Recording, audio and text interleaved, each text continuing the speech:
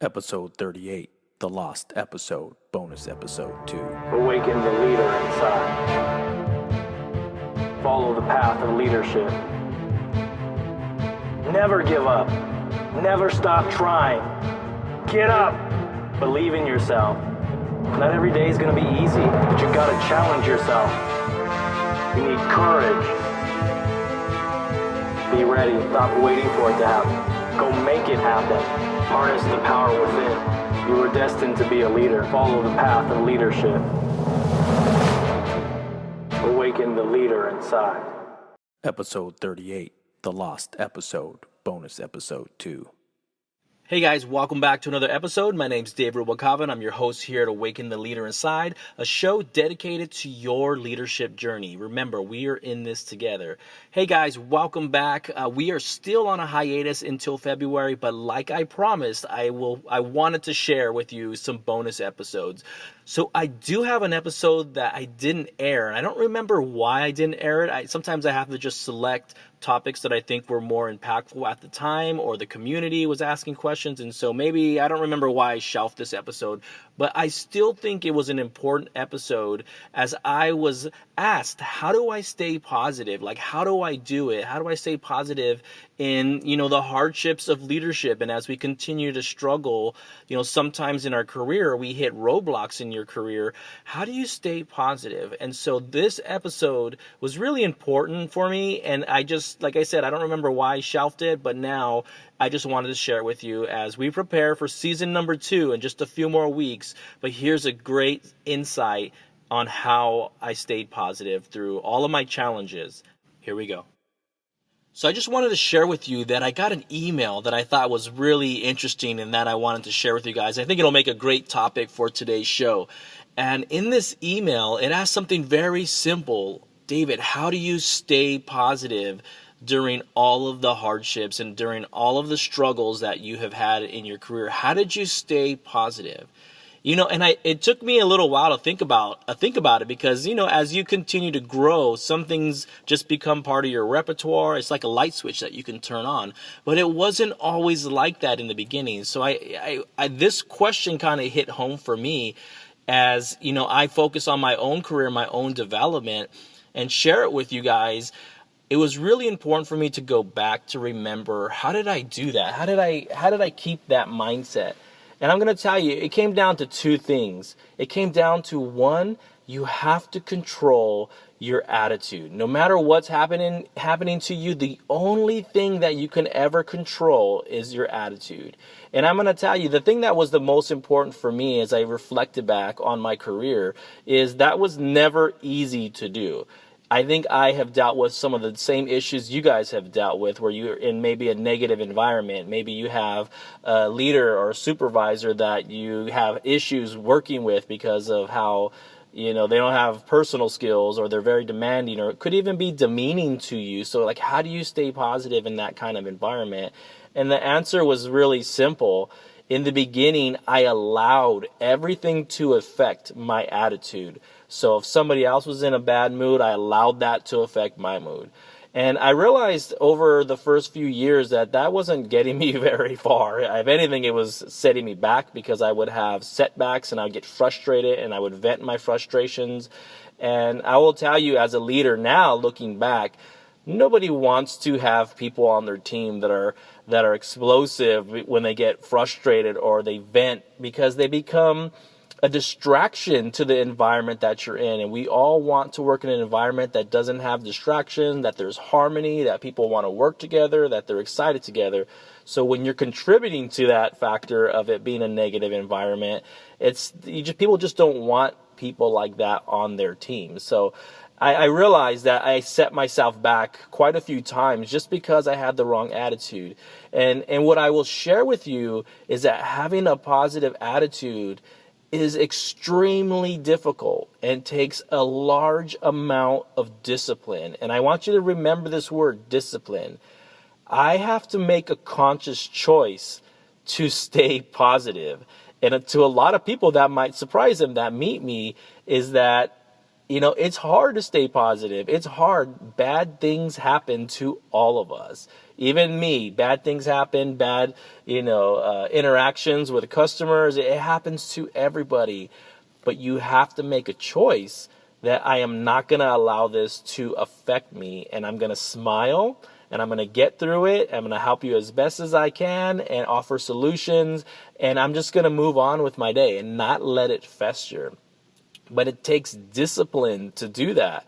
And the only advice that I can give you as to how to get better at that is practice it. You have to come up with a few things, and I will share one with you, is like step away, step out. You may even have to step out of the building, take a deep breath, let it go, reset, and then come back in to do your job. And it sounds very simple. It's very difficult in the beginning because you let things kind of get to you. This is where I'll give you the second kind of tip, is that you have to remember to not take these things personal. Don't take them as a personal attack. Don't take it as, someone else is having a bad day. Don't let them influence you. And you got to remove the feelings of this being a personal attack or that you make it personal. You got to detach that. That'll save you some headaches down the road and some heartache and some hardships. Is that you just have to remember that do your best, be positive. Every day is going to be a battle and a challenge, but some days are extremely difficult.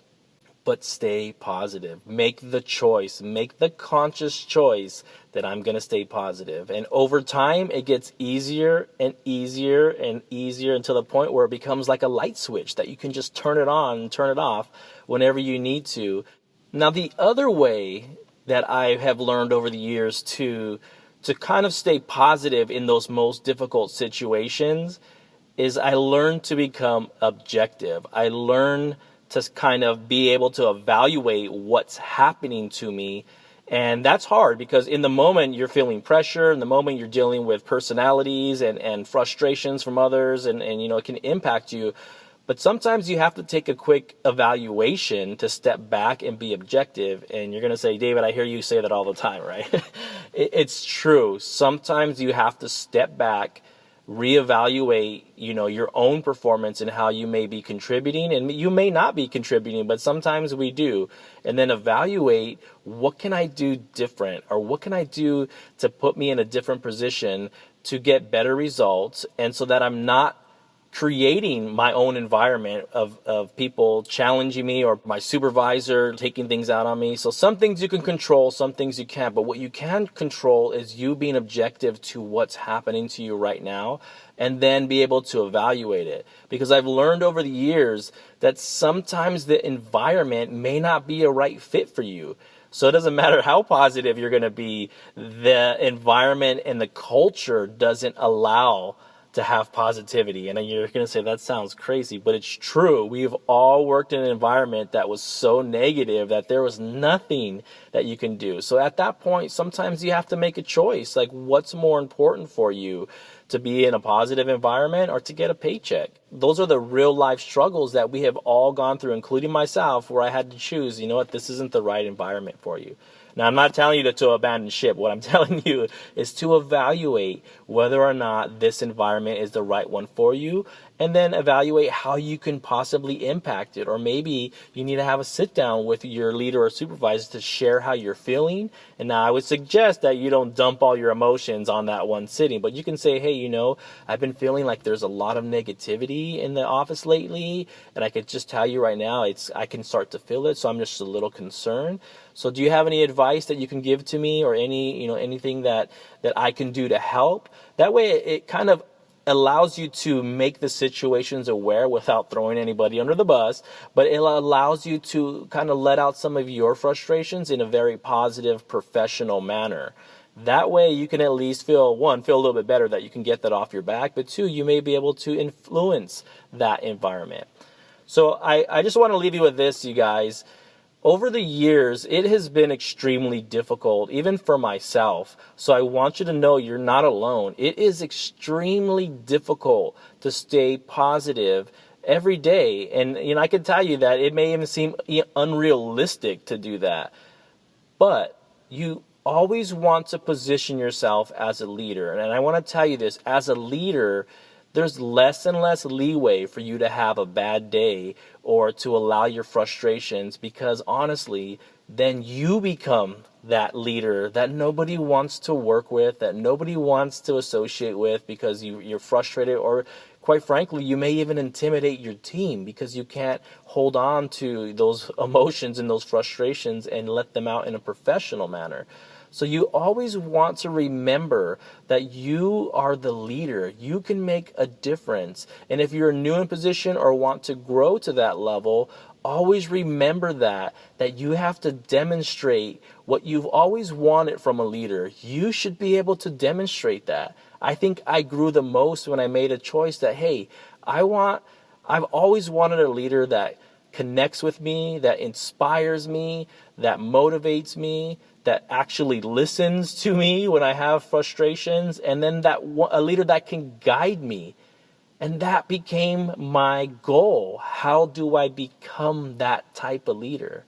And it took a hard look at my own leadership, but it also took me being objective to my attitude is affecting me from reaching those goals. So how do I change that? And that's the real truth, you guys.